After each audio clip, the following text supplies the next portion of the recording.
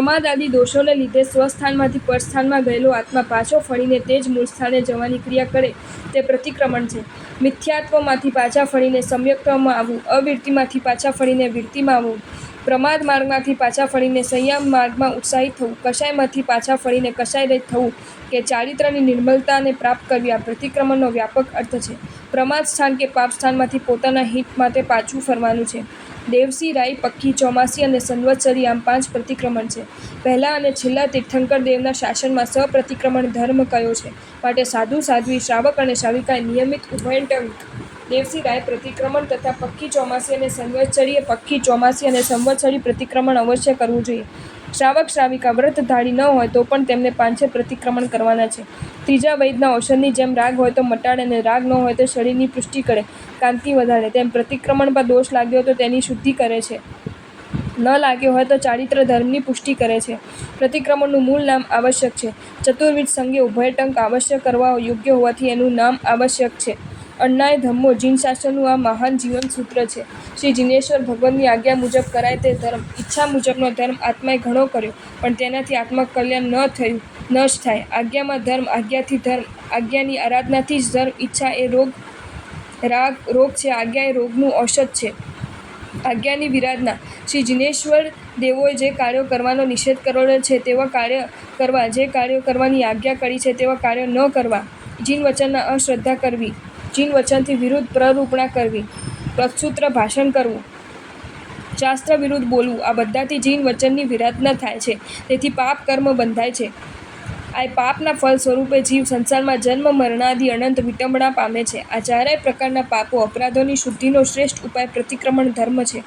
પ્રતિક્રમણ ઉપાશ્રય જઈને કરવું જોઈએ. ગુરુ મહારાજનો યોગ હોય તો સાંજેનું પ્રતિક્રમણ તેમની નિષ્ઠામાં સમુદાય સાથે જ કરવું જોઈએ. પ્રતિક્રમણ સ્ત્રી પુરુષે અલગ અલગ સ્થાનમાં કરવું જોઈએ. એક જ મકાનમાં પરસ્પર દ્રષ્ટિ પડે તેવા સ્થાનમાં બેસીને સ્ત્રી પુરુષો ભેગું પ્રતિક્રમણ કરવું યોગ્ય નથી.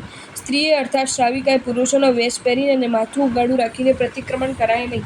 આથમ તો સૂર્ય અડધો ઉગ્યો હોય ત્યારે વંદિતું સૂત્ર આવે તે રીતે સામયિક લઈને પ્રતિક્રમણ કરવું તે મૂળ માર્ગ. દેવસી પ્રતિક્રમણનો સમય જાણો. સવારે પ્રતિક્રમણ કરી 10 વસ્તુનું પરિલન થાય ત્યારે સૂર્યોદય થવો જોઈએ.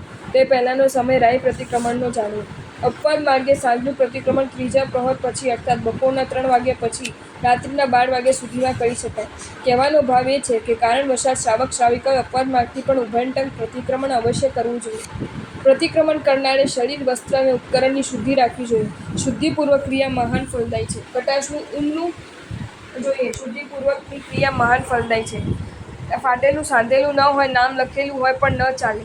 પુરુષોએ ધોતિયું ખેસ રાખવા જોઈએ. લેંધો વગર સીવેલા વસ્ત્રો પહેરીને પ્રતિક્રમણ કરવું તે અવિધિ છે. પ્રતિક્રમણ સામયિક લઈને કરાય છે. માટે સામયિક વિધિ વિચારમાં જણાવેલી બાબતો પ્રતિક્રમણની બાબતમાં પણ સમજી લેવા યોગ્ય છે. પ્રતિક્રમણ આદિ ક્રિયા ગુરુથી 3 હાથ દૂર રહીને કરવી જોઈએ. શક્ય હોય ત્યાં સુધી પ્રતિક્રમણ ઊભા વિધિપૂર્વક કરવું જોઈએ. ચરવડા વિના પ્રતિક્રમણ વિધિપૂર્વક થઈ શકતું નથી. માટે પ્રતિક્રમણ કરનારે ચરવડો અવશ્ય રાખવો જોઈએ. મુપતિ અને કટાસવાની જેમ ચરવડો પણ પોતાના શરીરના માપ પ્રમાણેનો હોવો જોઈએ. ચરવડો માપ કરતાં મોટો પણ ચાલે નહીં અને નાનો પણ ચાલે નહીં. ચરવડો પગ અને ભૂમિનું પ્રસ્માર્જન કરવા દ્વારા જીવોની રક્ષા કરવા માટે છે. પોતાના શરીરના માપથી નાના કે મોટા ચરવડા વડે યોગ્ય રીતે પ્રમાર્જન કરી શકાતું નથી. માટે સૌએ પોતપોતાના શરીરના માપ પ્રમાણેનો ચરવડો રાખવો જોઈએ. રમકડા જેવા નાના ચરવડાથી જીવ રક્ષા સારી રીતે થઈ શકતી નથી. તેમજ આજ્ઞાભંગ આદિ દોષો લાગે છે. ચરવડાના સ્થાને દંડાસનનો ઉપયોગ કરવાથી તેની મોટી દાંડીને પોતાની તેમજ આજુબાજુમાં રહેલાઓને આંખ વગેરે શરીરના મહત્ત્વના અવયવોમાં વાગી જવાનો અને તેથી ઘણું મોટું નુકસાન થવાનો સંભવ રહે છે. જીવ રક્ષાને બદલે જીવ વિરાધના થવાનો સંભવ વિશેષ રહે છે. રાઈ પ્રતિક્રમણ સૌએ મનમાં અલગ અલગ કરવું જોઈએ. ન આવડતું હોય તો જ ધીમા અવાજે સાથે કરાય. બિલકુલ દાંત વગરના બોખા મુખવાળી અને અતિ નિર્બળ શરીરવાળી વૃદ્ધ ડોશીનો જેટલો ધીમો અવાજ હોય તેનાથી પણ બને તેટલા ધીમા અવાજે રાઈ પ્રતિક્રમણ કરવાનું છે. મોટા અવાજે રાઈ પ્રતિક્રમણ કરવાથી આરંભ સમારંભવાળું પાપી જીવન જીવનારા જીવજંતુઓ જાગી ઉઠે તો તેના અનર્થનું પોતે પણ નિમિત્ત બને. રાઈ પ્રતિક્રમણ ઊંચા અવાજે કરવાથી ગરોળી આદિ હિંસક જીવો જાગીને હિંસા કરવા માંડે છે તથા આસપાસમાં રહેલા મિથ્યાત્વી અને હિંસક મનુષ્ય પણ જાગીને દળવું, ખાંડવું, પીસવું, ભરડવું, લીંપવું, ચૂલો સળગાવવો, ધમવું, માટી ખોદવા જેવું, પાણી ભરવા લાગી જવું, કપડાં ધોવા અને માછલા પકડવા જવું આદિ અનેક જાતના પાપ કાર્યોમાં વહેલા પ્રવૃત્ત થાય છે. એવું ન બને તે માટે રાઈ પ્રતિક્રમણ ધીમા અવાજે કરવાનું છે. આ જ કારણથી રાત્રે ઊંચા અવાજે બોલવું, વાતચીત કરવી, ખોખારા ખાવા કે બીજી કોઈ પણ રીતે અવાજ કરવાનો નિષેધ છે. સાંજનું પ્રતિક્રમણ ગુરુ મહારાજની નિશ્રામાં કરવાનું હોય ત્યારે સામયિક લેતા પહેલાં ગુરુવંદન અવશ્ય કરવું જોઈએ. સમયસર હાજર રહીને સમુદાયની સાથે સામયિક લેવાની વિધિ કરવી જોઈએ. કોઈ ખાસ કારણસર આવવામાં મોડું થયું હોય અને સામયિક લેવાની વિધિ પોતાને અલગ કરવાની હોય ત્યારે સામુદાયિક ક્રિયા જરા પણ ઢોલાય નહીં તે રીતે જ વિધિ કરી લેવી જોઈએ. સમૂહમાં સામયિક લેવાની ક્રિયા ચાલતી હોય તે ઢોલાય તેવી રીતે ગુરુ મહારાજ પાસે સામયિક દંડક ઉચ્ચરવું યોગ્ય નથી. સામુદાયિક ક્રિયા પૂરી થાય ત્યાં સુધી ધીરજ ધરવી જોઈએ. આટલું શિસ્ત પાલન અવશ્ય કરવું જોઈએ. ટ્રેન વગેરેની મુસાફરીમાં મધ્યાહન કે મધ્યરાત્રિ પહેલાં મુક્કામે પહોંચીને પ્રતિક્રમણ થવાની શક્યતા ન હોય ત્યારે અનિવાર્ય કારણે સામયિક લીધા વિના પ્રતિક્રમણ વિધિના સૂત્રો બોલીને પ્રતિક્રમણની વિધિ કરી શકાય છે. પખી, ચોમાસી અને સંવત્સરી પ્રતિક્રમણમાં પહોંચાતી સિવાયના છીંકની શંકાવાળાએ શ્રાવકોએ જૂઠું ઠાવવું જોઈએ. પ્રતિક્રમણમાં ઠાવતી વખતે મુઠ્ઠી વાળવી, અભૂઠીઓ અઢાઈ જશું અને ખામણામાં હથેળી ખુલ્લી રાખવી. પ્રતિક્રમણ કરવા માટે સામયિક લેતા પહેલાં ઠલ્લા માત્રાની સંખ્યા અવશ્ય ટાળવી જોઈએ.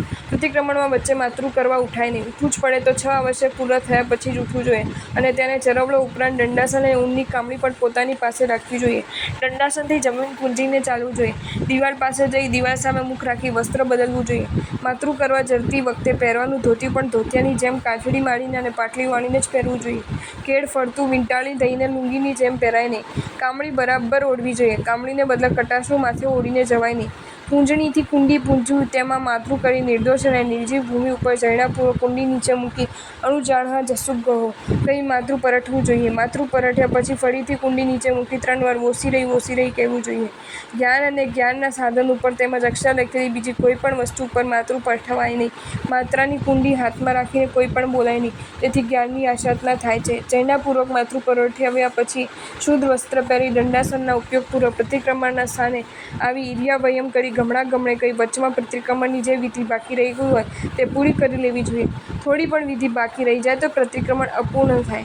વસ્ત્ર બદલ્યા વિના તેમજ કામળીના કાળ વખતે અને ઉજ્જૈનમાં કામળી ઓઢ્યા વિના ઉઘાડામાં અને દીવાબત્તીના પ્રકાશમાં માતરું કરવું જોઈએ નહીં. સંડાસ, બાથરૂમ કે મૂતરડીમાં માતરું કરવા જવાય નહીં. પ્રતિક્રમણમાં ઠલ્લે જવાય નહીં. સંડાસમાં તો કદી પણ જવાય નહીં. સામયિક પ્રતિક્રમણમાં જ્યાં ત્યાં થૂંકાય નહીં. જ્યાં ત્યાં બાળખા છેડા કઢાય નહીં. તે માટે રાખની કુંડી કે જાડું કપડું રાખવું જોઈએ. થૂંક, બળખા છેડાને રાખમાં કે કપડામાં મસળી નાખવા જોઈએ અને કપડાને પહોળું કરીને સૂકવી નાખવું જોઈએ.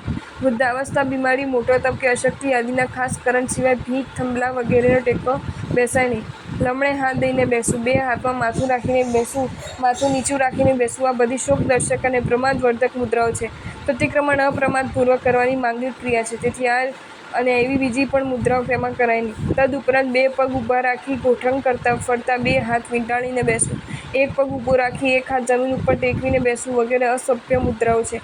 તેનો પણ સામયિક પ્રતિક્રમણમાં ત્યાગ કરવો જોઈએ. કૌશક ઊભા રહીને કરવો જોઈએ. 2 પગ વચ્ચે આગળથી 4 આંગળી અને પાછળથી કંઈક ઓછું અંતર રાખવું. ચરવલો ડાબા હાથમાં પકડવો અને મુપત્તિ જમણા હાથમાં પકડવી.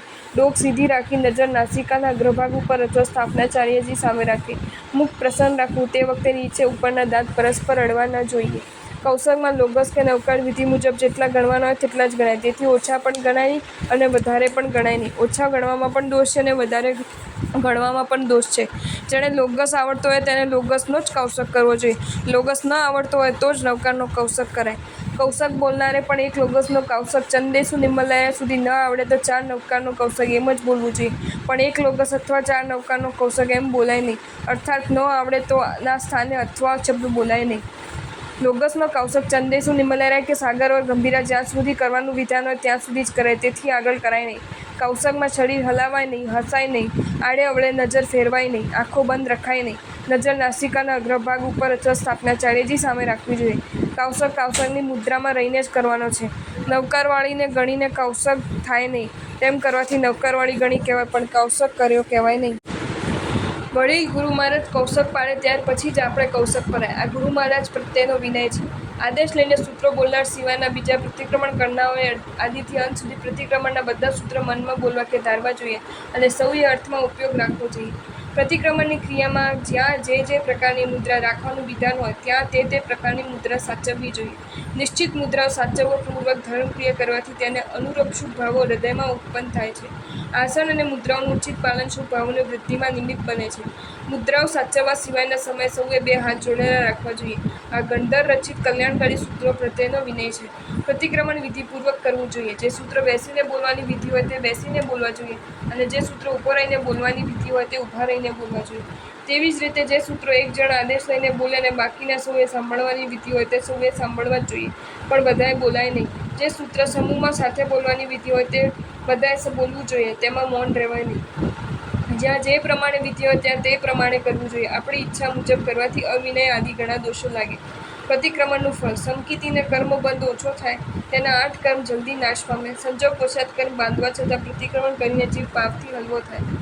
જાપ આદિ ઐચ્છિક કર્તવ્ય છે, જ્યારે પ્રતિક્રમણ આવશ્યક કર્તવ્ય છે. પ્રતિક્રમણ રૂપ આવશ્યક કર્તવ્યને છોડીને જાપ આદિ ઐચ્છિક કર્તવ્ય કરનાર છતી ભગવાનની આજ્ઞાની ઉપેક્ષા કરનાર બને છે. સંવત્સરી પ્રતિક્રમણ જેઓ હસે છે, હસાવે છે, ઠઠ્ઠા મશ્કરી કરે છે, તેમજ અનેક પ્રકારે તોફાન મચાવીને પોતે પ્રતિક્રમણ સારી રીતે કરતા નથી અને બીજાઓને પણ પ્રતિક્રમણની વિધિમાં અંતરાય કરે છે, તેઓ દેવ, ગુરુ, ધર્મની અસાધના કરીને ઘણું મોટું અને ઘણું દુઃખદાયક એવું પાપ કર્મ બાંધે છે. જો તમને આ વિડીયો ગમ્યો હોય તો આ વિડીયોને લાઇક કરો અને શેર કરો અને આવા જ નવા વિડીયો જોવા માટે જૈન ફેક્ટ્સ એન્ડ સ્ટોરીઝની ચેનલને સબસ્ક્રાઈબ કરો. ધન્યવાદ.